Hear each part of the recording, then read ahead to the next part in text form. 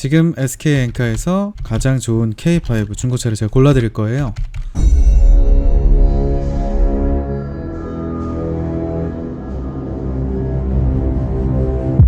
안녕하세요, 예스카 정팀장입니다. 오늘은 K5를 골라드릴 거예요. K5가 2020년형 신차가 나왔잖아요. 신차가 나왔을 때 중고차를 사는 것도 굉장히 좋은 전략이기 때문에 엔카에서 가장 좋은 K5를 골라드리도록 하겠습니다. 신차가 나오면 그 전 모델들은 언제 얼마나 떨어질까? 정확한 거는 물론 그때그때 다르고 그 신차가 얼마나 잘 나왔는지, 디자인은 얼마나 이쁜지 뭐 그런 거에 따라 좀 다르겠지만 대략적인 거는 있어요. 신차가 출시되면 진짜로 그 전 모델이 떨어지느냐? 네, 떨어집니다. 무조건 떨어져요. 떨어지는 건 100% 확실한데 언제 얼마나 떨어지는지는 항상 달라요. 예를 들어서 3월 20일 신차를 출시한다. 그렇다고 3월 20일부터 떨어지는 건 당연히 아니에요. 뭐 3월 20일부터 일제히 100만원 내려, 이런 식으로 시세가 형성되는 게 아니기 때문에 중고차 시세는 보이지 않는 손에 의해서 조금씩 움직이면서 시세가 형성이 되는데, 실제로는 신차가 나오고 한참 동안, 굉장히 오랫동안 중고차 시세가 유지가 됩니다. 왜냐면 신차가 중고차로 아직 안 들어왔으니까. 시세는 시장에서 점점 영향을 받아서 조금씩 변하는 거지 한순간에 팍 다운되는 게 아니죠. 신차 K5가 출시가 됐다. 그러면 출시된 이후에 중고차를 구매하고 싶은 사람들이 분명히 생각을 할 거란 말이죠. 그러면 K5를 살 건데 내가 신차급 중고차를 지금 사면 이 가격이면 그냥 신차 사겠는데? 하는 사람이 있단 말이에요. 그러면 그런 사람들은 신차로 빠져나가죠. 그러면 원래는 팔렸어야 정상인 정말 신차급 정말 좋은 차들도 수요자가 떨어지는 거죠. 그럼 공급자는 똑같이 있을 거란 말이죠. 신차가 나왔으니까 중고로 조금 판매하고 싶은 사람도 있을 것이고, 뭐 할부금이 조금 부담스러워서 파시는 분도 있을 거고, 새 차로 구매하시거나 아니면 뭐 외제차로 바꾸시거나, 뭐 할부금이 부담되니까 조금 저렴한 차로 바꾸시거나, 여러 가지 이유들로 중고차로 계속해서 나올 거란 말이에요. 공급자는 당연히 존재하죠. 근데 수요자가 떨어지잖아요. 사려다가 신차 사는 사람들이 생기니까. 그러면 당연히 가격은 떨어지는 거죠. 팔려야 되는데 안 팔려요.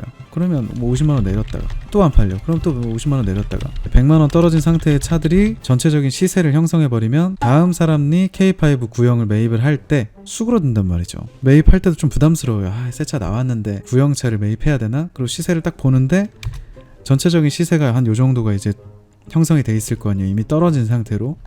그거를 보고 매입하는 사람은 당연히 그거보다 싸게 매입을 할 거고, 형성된 시세만큼 싸게 판매를 할 거란 말이에요. 언제 떨어지느냐? 서서히 떨어집니다. 신차가 중고차 시장으로 밀려 들어오고 그 전에 차들이 밀려서 같이 서서히 떨어집니다. 수요자들이 원하는 만큼 일정 이상 떨어지면 고객들이 요 정도면 K5 중고차 괜찮은데? 하고 사가요. 얼마면, 어느 정도면 그 차를 사는지에 따라서 자연적으로 결정이 됩니다. 합리적인지를 판단하는 건 결국 개인의 몫인 거예요. 아무리 좋은 차가 싸게 나왔다고 하더라도 이 차는 아직 내가 생각했을 때 비싸. 그럼 안 팔리는 거고, 누군가가 괜찮다고 생각하면 그 사람이 사갈 거고, 그렇게 해서 시세가 어느 정도 형성이 될 건데, 그래서 지금 현재 K5 중고를 사는 게 과연 이득이냐? 100% 확실하게 정해진 건 없어요. 개인의 판단입니다. 그래서 오늘의 본론은 K5 신차가 나온 김에 지금 SK엔카에서 가장 좋은 K5 중고차를 제가 골라드릴 거예요.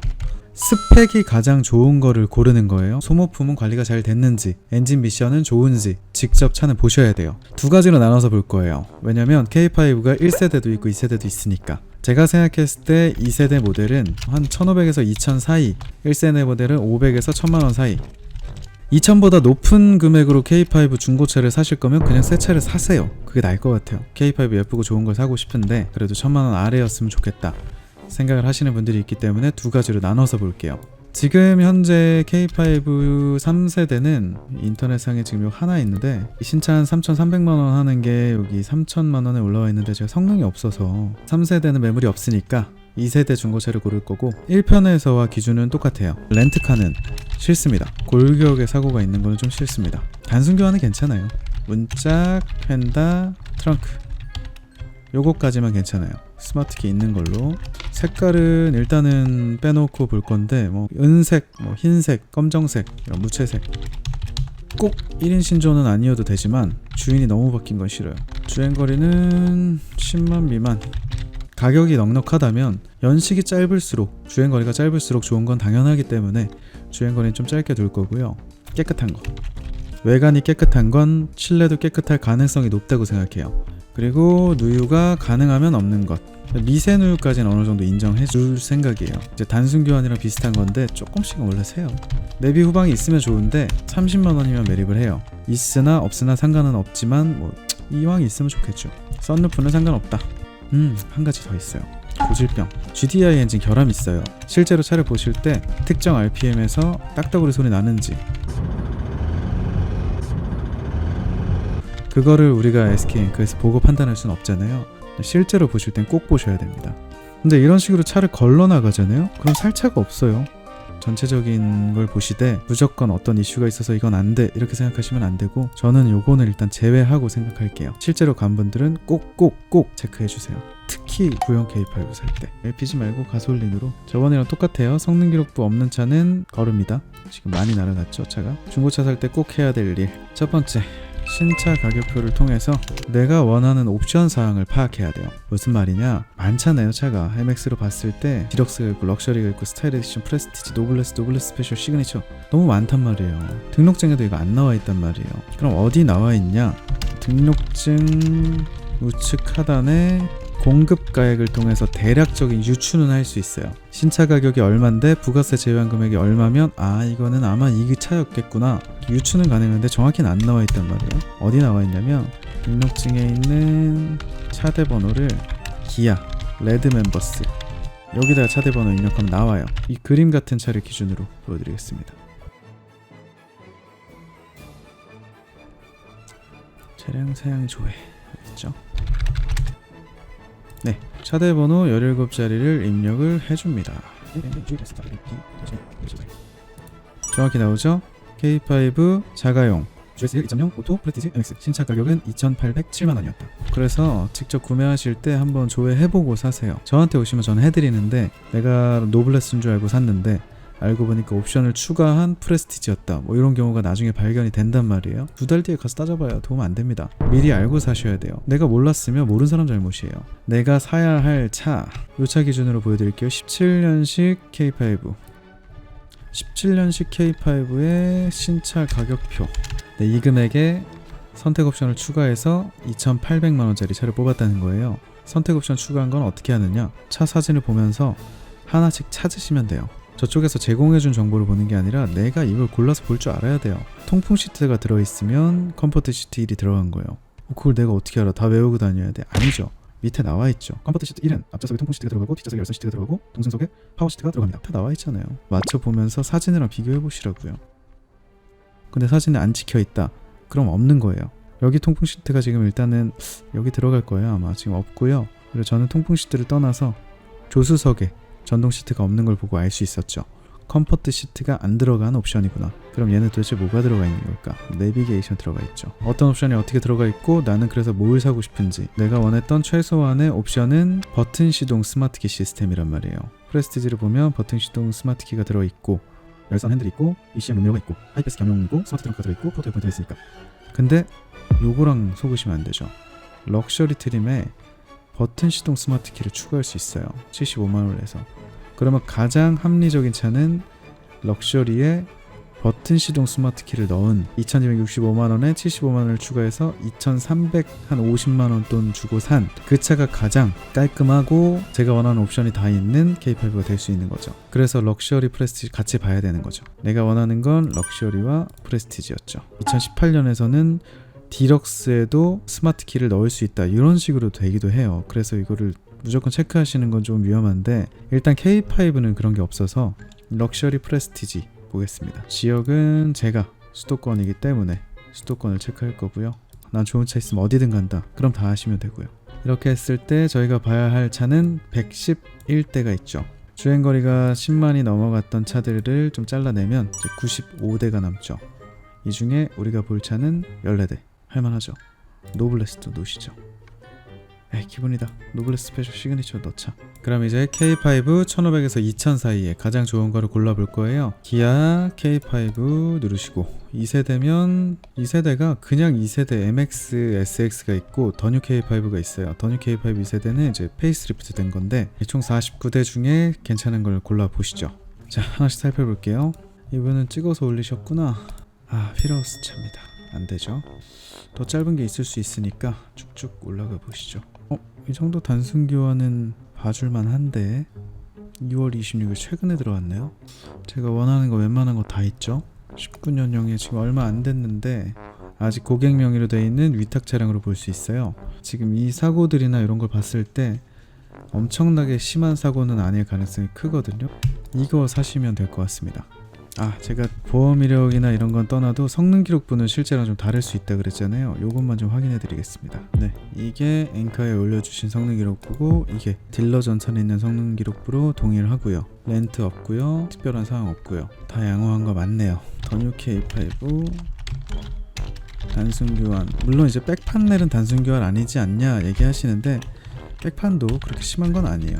그래서 아까 저 차로 결정하시는 거 괜찮은 것 같고요. 지금 시간부터 500에서 1000만원짜리 K5를 같이 골라볼 거예요. 보험 이력 없죠? 이런 거 보지 마세요. 성능도 있고 보험도 있고 1인 신조. 수상해요. 이건 새로운 방식의 허위로 보여지는데 시대 대비 너무 싼 건 그냥 애초에 안 보는 게 좋습니다.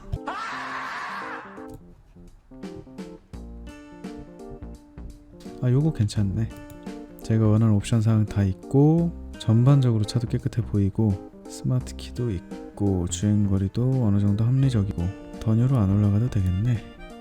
은색에 사고 없고 키로수 짧고 그런 걸 감안하면 이것도 나쁘진 않아 보입니다. 보험 이력 깨끗하고 소유자 변경 횟수도 2번. 마지막 소유자 변경이 8월 달이에요. 6개월째 차가 묶여 있다는 거는 금액을 내렸을 확률이 높아요. 오랫동안 세워놨음에도 불구하고 뭐 딱히 문제가 없다면 괜찮을 수도 있어요. 가격이 합리적으로 이제 떨어졌으니까. 아예 나는 싼 차를 원한다.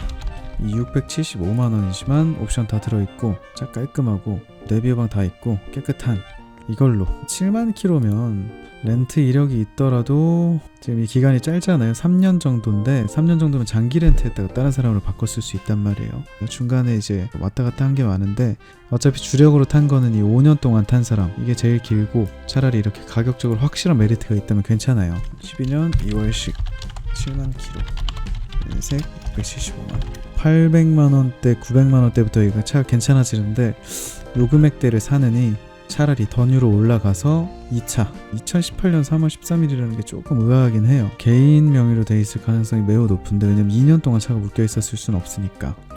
애매한 K5 1세대 11년식에서 뭐 12년식 이런 걸 사느니 13년 7월식 더뉴 K5로 선택하시는 게 가장 나은 선택이라고 보여집니다. K5 중고차의 시세를 어느 정도 살펴봤는데요. 1세대 K5는 400만원대는 거의 미끼 사고차. 근데 저도 헷갈릴 정도로 정말 완벽하게 준비된 차들이 많기 때문에 정말 주의하셔야 되고요. 탈만한 차는 보통 650에서 900만원대라는 걸 보실 수 있었어요. 1세대 K5의 페이스 리프트된 모델인 더뉴 K5는 900에서 1000만원 언저리 한다는 걸 알 수 있었고 2세대 K5 MX나 SX는 괜찮은 차들을 찾으려면 좀 애매한 금액대 1200부터 좀 애매한 금액대가 많아서 아싸리 이런 걸 걸러버리고 2세대 더뉴 K5 모델은 1600만원대부터 2000만원대까지 나와 있는 걸 알 수 있었습니다. 모든 중고차를 살 때 100만원 더 보태면 100만원 더 보태면 하다 보면 끝이 없어요. 그럼 새 차 사셔야 돼요. 가능한 금액대를 설정해 놓으시는 게 좋아요. 동시에 경쟁 모델도 보셔야겠죠. 이 금액이면 YF 소나타는 어떨까? 말리부는 어떨까? SM5는 SM6는 뭐 외제차 어코드는 아니면 3시리즈는 C클래스는 어떨까? 이렇게 여러모로 좀 고민을 해보시면 좋고요. 혹시 궁금하신 차량들이 있으시면 댓글로 남겨주시면 다음 3편으로 이어질 거고요. 현명한 소비자가 되시길 바라면서 오늘 K5 중고차 골라보기 여기까지 끝내겠습니다. 감사합니다. 10년 동안 수많은 분들과 거래를 했고요. 중고차 특성상 신뢰, 믿음, 정직 이게 가장 중요하기 때문에 여러분들 믿고 오셔도 되고요. 영어와 중국어 소통이 가능합니다. 편안하게 거래를 하실 수 있기 때문에 연락 주시고 오세요.